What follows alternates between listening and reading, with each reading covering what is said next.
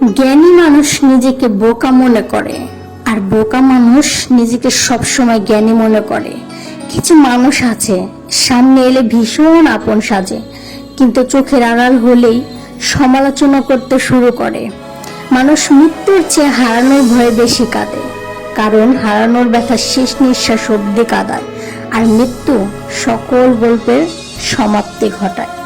মানুষ একা থাকতে ভয় পায় না, মানুষ ভয় পায় প্রচুর ভালোবাসা পাওয়ার পর হঠাৎ একা হয়ে গেলে। জীবনের সেরা শিক্ষাটা পাওয়ার জন্য কোনো না কোনো মানুষের কাছে একবার ঠকে যাওয়াটা খুব দরকার। মানুষের চরিত্র হলো একটি দোকান, আর মুখ হচ্ছে তালা। তালা খুললেই বোঝা যাবে এটা কি স্বর্ণের দোকান নাকি কয়লার দোকান। মানুষের দাম বেড়ে যায় কখন জানো? যখন তুমি তাকে আপন ভেবে গুরুত্ব দেবে, তখন সে তোমাকে এমন ভাব দেখাবে যেন তার কাছে তোমার কোনো মূল্যই নেই।